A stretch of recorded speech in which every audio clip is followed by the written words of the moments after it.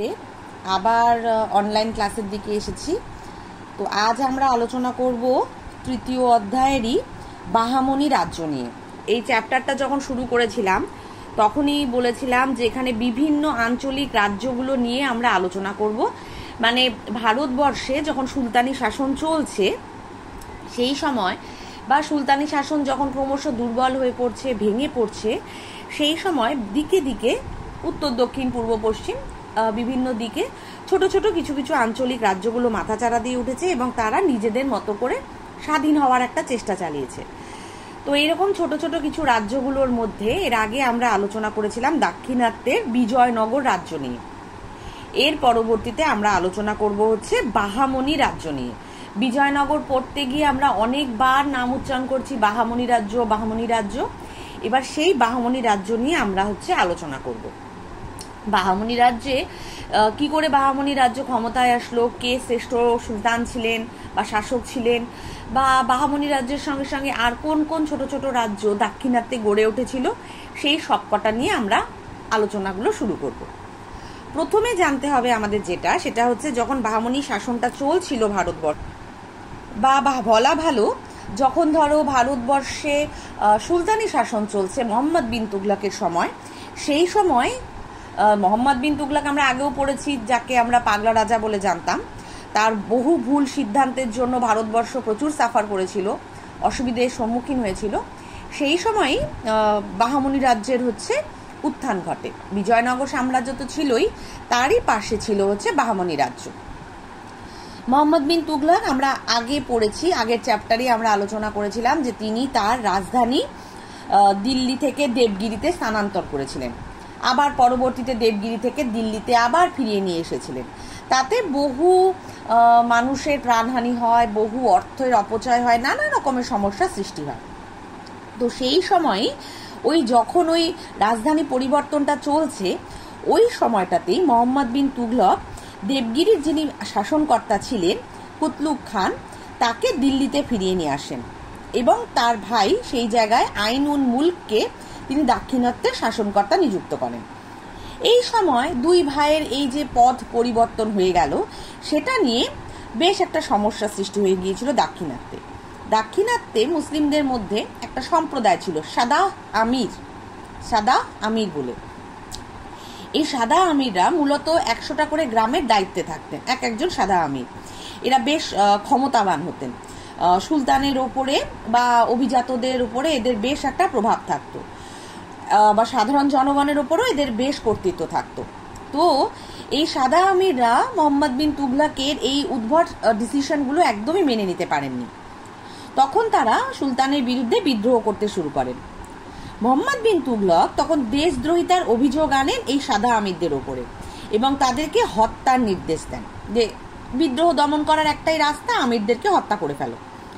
তখন এই সাদা আমিররা তারা উল্টে সুলতানের ক্ষমতাটাকে কমিয়ে দেওয়ার চেষ্টা করেন।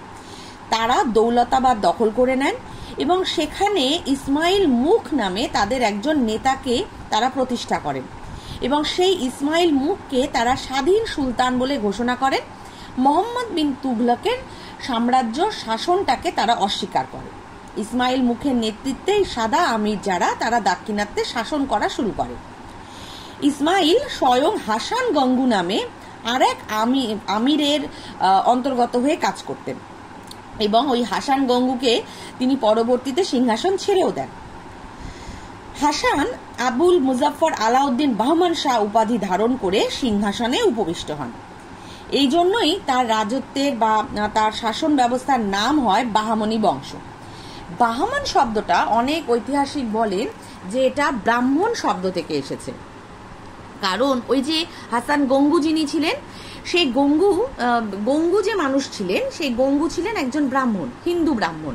তারই শিষ্য ছিলেন হচ্ছেন হাসান গঙ্গুর শিষ্যত্ব গ্রহণ করেছিলেন বা গঙ্গুর অধীনে তিনি দাস হিসাবে কাজ করতেন বলে তিনি গঙ্গুকে নিজের প্রভু মানতেন এবং গঙ্গু হাসানকে নানাভাবে সাহায্য করেন। হাসান যখন ক্ষমতায় বসেন তিনি তখন গঙ্গু এই নামটাকে নিজের নামের সঙ্গে জুড়ে নেন এবং হাসান গঙ্গু বলেই পরিচিত হন।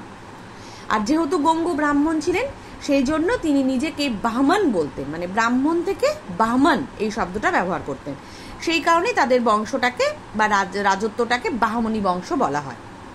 আবার কিছু কিছু ঐতিহাসিকের মতে যে হাসান ধর্মান্তরিত হিন্দু ছিলেন, সেই কারণেও তিনি নিজেকে ব্রাহ্মণ হিন্দু হিসাবে পরিচয় দিতে চাইতেন, সেই জন্য তিনি বাহমন বলে নিজেকে পরিচয় দিতেন। সে যেটাই হোক না কেন, মূল বিষয় হচ্ছে হাসান যিনি ছিলেন তার নাম থেকেই এই বাহমন সাম্রাজ্যটা শুরু হয়। পুরো নাম ছিল আলাউদ্দিন হাসান বাহমন শাহ। তার পূর্ব পরিচয় নিয়ে বেশ নানা রকমের মতপার্থক্য ঐতিহাসিকদের মধ্যে ছিল, কিন্তু তা সত্ত্বেও আমরা তাকে একজন সুদক্ষ যোদ্ধা শাসক হিসাবেই জানব। দক্ষিণ ভারতের গোয়া, কোলাপুর, তেলেঙ্গানা বিভিন্ন জায়গাগুলো হাসান জয় করে নিয়েছিলেন। তার রাজ্য উত্তরে ওয়েনগঙ্গা থেকে দক্ষিণে কৃষ্ণা নদী, পূর্বে ভেঙ্গি থেকে পশ্চিমে দৌলতাবাদ পর্যন্ত তিনি বিস্তৃত করে নিয়েছিলেন। তিনি গুলবর্গাতে তার রাজধানী প্রতিষ্ঠা করেছিলেন, মানে হাসানের রাজধানী ছিল হচ্ছে গুলবর্গা, এবং সেটাই বাহমনিদের সদর দপ্তরও ছিল। শাসন ব্যবস্থার সুবিধার জন্য তিনি 4টে প্রদেশে পুরো বাহমন সাম্রাজ্যটাকে ভাগ করে নেন। 4টে প্রদেশের মধ্যে ছিল গুলবর্গা, যেটা তাদের রাজধানী ছিল, তারপর ছিল হচ্ছে দৌলতাবাদ, বেরার আর বিদার। আমরা এই 4টে রাজ্যের নামও আলাদা আলাদা করে পরে আবার পড়ব। তাহলে কি কি নাম থাকলো? গুলবর্গা, দৌলতাবাদ, বেরার আর বিদার। প্রত্যেক এই তরফ বা প্রত্যেক প্রদেশগুলোতে একজন করে আমির বা শাসনকর্তা থাকতেন, যিনি এগুলো দেখাশোনা করতেন।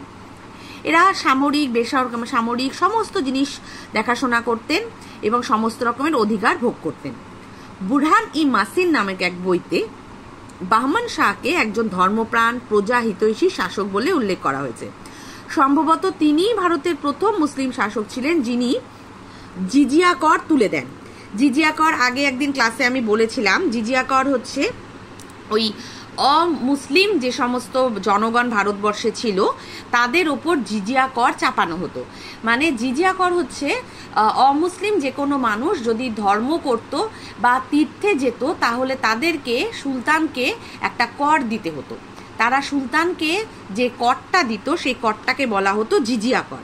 মানে অমুসলিম কোনো মানুষ, সে হিন্দু হতে পারে, শিখ হতে পারে, জৈন, বৌদ্ধ যেই হোক না কেন, তারা যদি তীর্থ করতে যায় তাহলে তাদেরকে শাসককে একটা কর দিতে হতো। ওই তীর্থ করটাকে বলা হতো জিজিয়া। এটা শুধুমাত্র অমুসলিম যারা ছিলেন তাদেরকেই দিতে হতো। তো বাহমন শাহ বা আলাউদ্দিন হাসান বাহমন শাহ, বাহমন বংশের প্রতিষ্ঠাতা, তিনি প্রথম এই জিজিয়া করটা অমুসলিমদের ওপর থেকে তুলে নেন।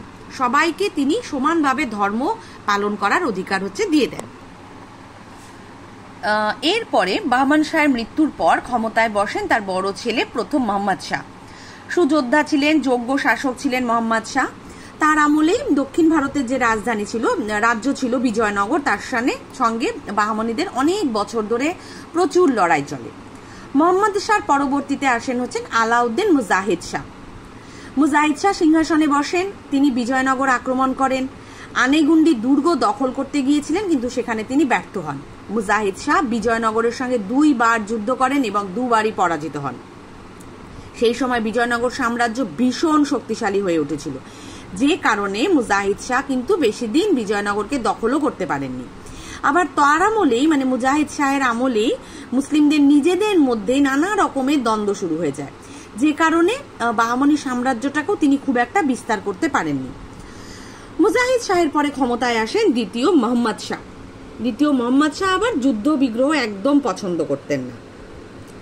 তিনি শিক্ষার দিকে বেশি ধ্যান দিয়েছিলেন। শিল্প, সাহিত্য, শিক্ষা, প্রচুর মাদ্রাসা, মক্তব তিনি তৈরি করেছিলেন। ধর্মের জন্য খানকা তৈরি করেছিলেন। প্রজাদের পাশে দাঁড়াতেন বিপদে আপদে। যখন দুর্ভিক্ষ হয়েছিল তার সময়, তখনও তিনি প্রচুর পরিমাণে খাদ্যশস্য গুজরাট আর মালত থেকে প্রজাদের জন্য আমদানি করেছিলেন। ভীষণ ভালো একজন প্রজা হিতৈষী শাসক ছিলেন দ্বিতীয় মোহাম্মদ শাহ। তারপরে ক্ষমতায় আসেন ফিরোজ শাহ। ফিরোজ শাহ ক্ষমতায় আসার পর বিজয়নগরের সঙ্গে বেশ বড় বড় কয়েকটা যুদ্ধ তার হয়। ভীষণ শক্তিশালী একজন রাজা ছিলেন বা সুলতান ছিলেন ফিরোজ শাহ, বা বলতে পারো বাহমানি রাজ্যের অন্যতম শ্রেষ্ঠ সুলতান ছিলেন তাজউদ্দিন ফিরোজ শাহ। বিজয়নগরের সঙ্গে যখন একের পর এক যুদ্ধ তার হয়, সেই সময় বিজয়নগর সাম্রাজ্যকে তিনি বারংবার পরাজিত করেছিলেন। পরাজিত করার পরবর্তীতে তিনি বিজয়নগর রাজ্যকে একেবারে অপমানজনক সন্ধি স্বাক্ষর করতে বাধ্য করেছিলেন।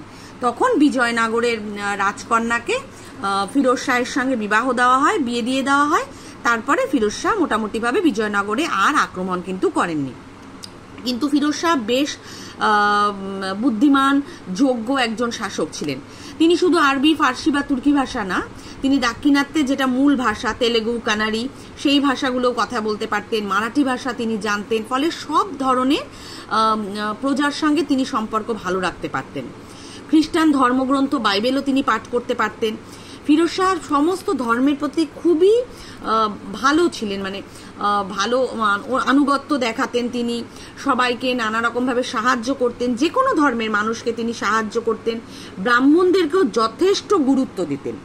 এই কারণে কিন্তু ফিরোজ শাহকে বাহমনি সাম্রাজ্যের শ্রেষ্ঠ সুলতান বা নরপতি হিসাবেও বলা হয়। ফিরোজকে সরিয়ে দিয়ে ক্ষমতায় আসেন আহমদ শাহ। তিনি তারপর বাহমনি সাম্রাজ্যের সুলতান হন। তিনি বাহমনি রাজ্যদের যেটুকু হারিয়ে যাওয়া অঞ্চলগুলো ছিল সেগুলোকে তিনি পুনরায় জয় করে নিয়ে আসেন। সেই সময় বিজয়নগরে রাজত্ব করছিলেন দ্বিতীয় দেবরায়। দ্বিতীয় দেবরায়ের সঙ্গে তার বেশ যুদ্ধ হয়। দ্বিতীয় দেবরায়ের সাথে যুদ্ধ হওয়াতে বাহমনি রাজ্য যুদ্ধের সম্মুখীন হয়। দ্বিতীয় দেবরায় পরাজিত হন। বার্ষিক করদান করার একটা শর্তে তিনি বিজয়নগর সাম্রাজ্যকে ছেড়ে দেন। এরপর মালবের রাজার সঙ্গে তার যুদ্ধ হয়। ওয়ারাঙ্গল বলে এক রাজ্য ছিল বিজয়নগর আর বাহমনির মাঝখানে, তার সাথে যুদ্ধ হয়। এরই মধ্যে তার রাজত্ব সময় মুসলিমদের মধ্যে যে দুটো ভাগ রয়েছে, শিয়া আর সুন্নি, তাদের মধ্যেও কিন্তু বেশ গোষ্ঠীদ্বন্দ্ব শুরু হয়। এই গোষ্ঠীদ্বন্দ্বের ফলেও কিন্তু অনেকটা পরিমাণে বাহমনি শাসন দুর্বল হয়ে যায়। কিন্তু তা সত্ত্বেও অনেকটা চেষ্টা করেছিলেন আহমদ শাহ বাহমনি সাম্রাজ্যের হৃত গৌরবকে পুনরুদ্ধার করা। তিনিও ধর্মান্ধ শাসক ছিলেন, ভীষণ গোঁড়া মুসলিম ছিলেন, কিন্তু তা সত্ত্বেও তিনি শিক্ষা দীক্ষা, বিদ্বান ব্যক্তি যারা ছিলেন তাদেরকে বেশ সাহায্য করতেন, তাদেরকে পৃষ্ঠপোষকতা করতেন, আর্থিকভাবে তাদেরকে সাহায্য করতেন।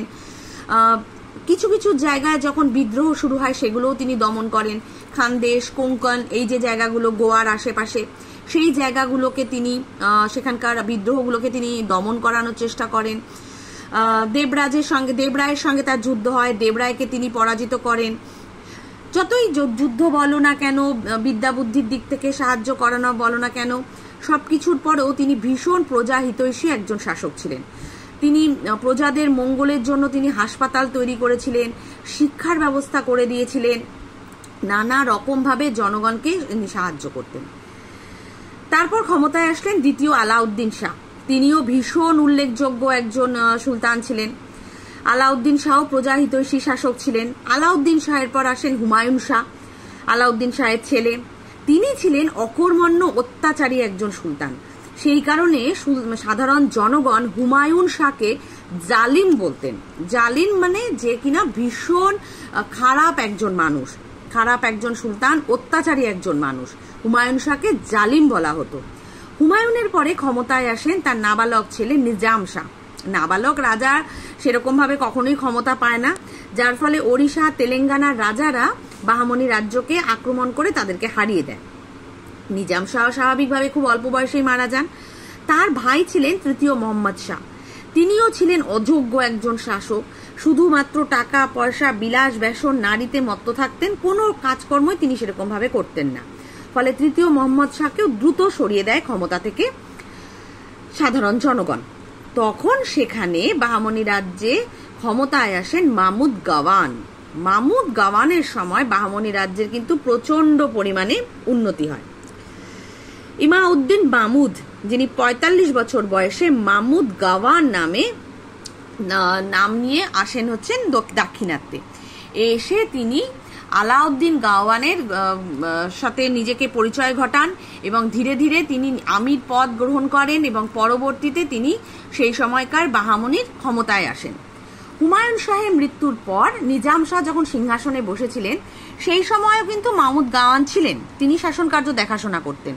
পরবর্তীতে তৃতীয় মোহাম্মদ শাহ যখন মারা যান তখনও ধীরে ধীরে তিনি ক্ষমতাটা দখল করার একটা চেষ্টা করেন। রানীদেরকে সরিয়ে দেন, সবাইকে সরিয়ে দিয়ে মাহমুদ গাওয়ান পরবর্তীতে প্রধানমন্ত্রী থেকে খাজাই জাহান উপাধি নিয়ে নেন, দিয়ে তিনি বাহামনিদের সিংহাসনে বসে পড়েন।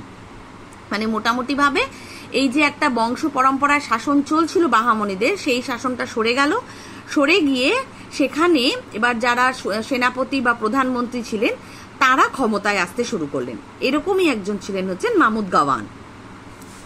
তিনি মূলত নিজাম শাহকে সরিয়ে দিয়ে ক্ষমতাটা দখল করেছিলেন। নিজাম শাহ পারতেনও না, নাবালক ছিলেন। তার ভাই যিনি ছিলেন তৃতীয় মোহাম্মদ শাহ, তিনিও একদমই খারাপ সুলতান ছিলেন। ফলে স্বাভাবিকভাবেই একজন শক্তিশালী সুলতানের দরকার ছিল। সেই জায়গাটা, সেই ফাঁকা জায়গাটা মাহমুদ গাওয়ান দখল করেন।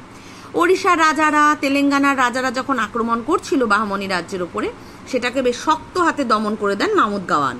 ফলে সাধারণ জনগণ মাহমুদ গাওয়ানকেই সুলতান হিসাবে গ্রহণ করে নেন। এরপর কোঙ্কনের রাজাও মাহমুদ গাওয়ানের হাতে পরাজিত হন। বুরহানি মাসির বলে একটা বই থেকে জানা যায় যে মাহমুদ গাওয়ান কোঙ্কন থেকে প্রভূত ধন সম্পদ, ঘোড়া, হাতি, দাস দাসী সংগ্রহ করে নিয়ে আসেন। সঙ্গমেশ্বরের রাজাকেও পরাজিত করে খালনা দুর্গ দখল করেন। মাহমুদ গাওয়ান প্রচুর পরিমাণে সামরিক অভিযান চালান, সাফল্যও পান। মানে মোটামুটি ভাবে ধরো ওই তাজউদ্দিন ফিরোজ শাহের পরে একজন শক্তিশালী সুলতান হিসেবে মাহমুদ গাওয়ান সেই সময় কিন্তু বাহমনি রাজ্যের ক্ষমতায় এসেছিলেন, এবং সেই সময় বাহমনি রাজ্যকে বাঁচানোর জন্য মাহমুদ গাওয়ানের মতো একজন যোগ্য নেতৃত্বেরই প্রয়োজন ছিল। মাহমুদ গাওয়ান মোটামুটি ভাবে দাক্ষিণাত্যের বেশ কিছু অঞ্চল দখল করে নিয়েছিলেন। বিজয়নগরও অনেকটা দখল করেছিলেন, অনেকটা অংশ। কাঞ্চি বা কাঞ্চিপুরম যেটাকে বলা হয়, কাঞ্চিভরমও বলা হয়, সেইখানকার জায়গাগুলো তিনি দখল করেন, ওখানকার ধন সম্পত্তি লুট করেন। ওড়িশার বিরুদ্ধে তিনি যুদ্ধ ঘোষণা করেন, সেখান থেকেও প্রচুর ধন সম্পত্তি তিনি লুট করে আনেন। গাওয়ান উত্তরে খানদেশ থেকে দক্ষিণে তুঙ্গভদ্রা নদী, উত্তর পূর্ব দিকে উড়িষ্যা, দক্ষিণ পশ্চিমে গোয়া সহ বিভিন্ন জায়গাগুলো কিন্তু যুদ্ধের মাধ্যমে দখল করে নিয়ে আসেন, এবং সেই সব জায়গায় তিনি বাহমনি শাসন ব্যবস্থাটাই কিন্তু চালু করেন। কনস্ট্যান্টিনোপলের বিজেতা যিনি ছিলেন অটোমান সুলতান দ্বিতীয় মোহাম্মদ, তার সাথেও মাহমুদ গাওয়ানের খুব ভালো সম্পর্ক ছিল। গিলান, ইরাক, মিশর এদের সাথেও মাহমুদ গাওয়ানের বেশ চিঠিপত্র বিনিময় হতো। আবার গুজরাট, জৌনপুর, মালব এদের সঙ্গেও তার ভালো সম্পর্ক ছিল। মানে মোটামুটি সব দিক বজায় রেখে তিনি বাহমনি সাম্রাজ্যটাকে এগিয়ে নিয়ে গিয়েছিলেন। সৎ মানুষ ছিলেন, খুব সাদামাটা জীবনযাপন করতেন, শিক্ষার পৃষ্ঠপোষকতা করতেন, মানে যারা শিক্ষিত ছিলেন তাদেরকে সাহায্য করতেন, বা যারা শিক্ষা লাভ করতে চাইতো তাদেরকে সাহায্য করতেন। তার রাজধানী ছিল হচ্ছে, মানে বাহমনিদের পরবর্তী রাজধানী ছিল হচ্ছে বিদার। সেই বিদারেও তিনি একটা বিশাল বড় মাদ্রাসা তৈরি করে দিয়েছিলেন। মাদ্রাসা মানে যেখানে মুসলিম ছেলেরা পড়াশোনা করে, হাই সেকেন্ডারি স্কুলগুলোর মতো, সেই মাদ্রাসা তৈরি করে দিয়েছিলেন। ধীরে ধীরে এই গাওয়ানের কর্মদক্ষতা, ক্ষমতা লাভে আমিররা তাকে হিংসা করতে শুরু করলো। গাওয়ান বিরোধী দক্ষিণী মুসলমান গোষ্ঠীগুলো জাল চিঠির মারফতে তার বিরুদ্ধে বিশ্বাসঘাতকতার অভিযোগ আনতে শুরু করে, দিয়ে তার এই সমস্ত ঘটনা সুলতান ওই মোহাম্মদ বিন তুগলকের কাছে পাঠিয়ে দেওয়া হয়। বিরোধীদের প্ররোচনায় কোনো রূপ অনুসন্ধান ছাড়াই উত্তেজিত হয়ে তৃতীয় মোহাম্মদ শাহ গাওয়ানের প্রাণদণ্ডের আদেশও দেন। 1481-তে 5ই এপ্রিল 73 বছর বয়সে কোনো রকম প্রতিবাদ ছাড়াই প্রাণ উৎসর্গ করে দেন মাহমুদ গাওয়ান। তার মৃত্যুর ফলে আমিররা হয়তো সুবিধে পায়, কিন্তু বাহমনি রাজ্যের কিন্তু একেবারে ধ্বংস চলে আসে।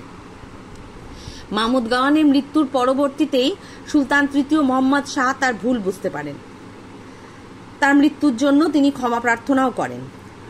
মোহাম্মদ কিন্তু ততদিনে বাহমনি রাজ্যের যে সর্বনাশ হওয়ার ছিল সেটা কিন্তু হয়ে গিয়েছিল। মোহাম্মদ শাহের মৃত্যুর পর সিংহাসনে বসেন তার নাবালক পুত্র মাহমুদ শাহ। তিনিও ছিলেন অদক্ষ শাসক। নাবালক মানে বুঝতেই পারছো, 15-16 বছরের একটি ছেলে, তার বিদ্যা বুদ্ধি দুটোই খুব কম। দক্ষিণী মুসলমান, বহিরাগত মুসলমানরা নিজেদের মধ্যে দ্বন্দ্ব শুরু করে এবং তারা মাহমুদ শাহকেও সিংহাসন থেকে সরিয়ে দিতে চায়। এই দ্বন্দ্বে মাহমুদ শাহ প্রশাসনিক দায়িত্ব ক্ষমতা কাশিম বারিদ নামে একজন তুর্কি অভিজাতের হাতে তুলে দেন। প্রাদেশিক গভর্নর যারা ছিলেন, মানে বিভিন্ন প্রদেশের যারা প্রধান ছিলেন, তারা কাশিম বারিদের কর্তৃত্বও মানতে চান না। যে যার মতো নিজের মতো করে স্বাধীন হতে থাকে। বাহমনি রাজ্য ভেঙে গিয়ে 5টা ছোট ছোট আঞ্চলিক রাজ্য গড়ে ওঠে, যার মধ্যে ছিল এই যে বেরার, আহমেদনগর, বিজাপুর, গোলকুন্ডা, বিদর। এরকম 5টা ছোট ছোট রাজ্য সেই সময় গড়ে ওঠে। বেশি দিন কোনো রাজ্যই সেই সময় টিকতে পারেনি, কারণ একটা রাজ্য বা সাম্রাজ্য চালাতে গেলে যতটা শক্তিশালী সুলতান বা সম্রাটের প্রয়োজন, সেরকম কোনো শক্তিশালী সুলতান বা সম্রাট সেই সময় কিন্তু বাহামনিতে আর আসেনি। যে কারণেই বাহামনি সাম্রাজ্যের খুব দ্রুত ভাঙন শুরু হয় এবং বাহামনি সাম্রাজ্য একেবারেই ভেঙে পড়ে।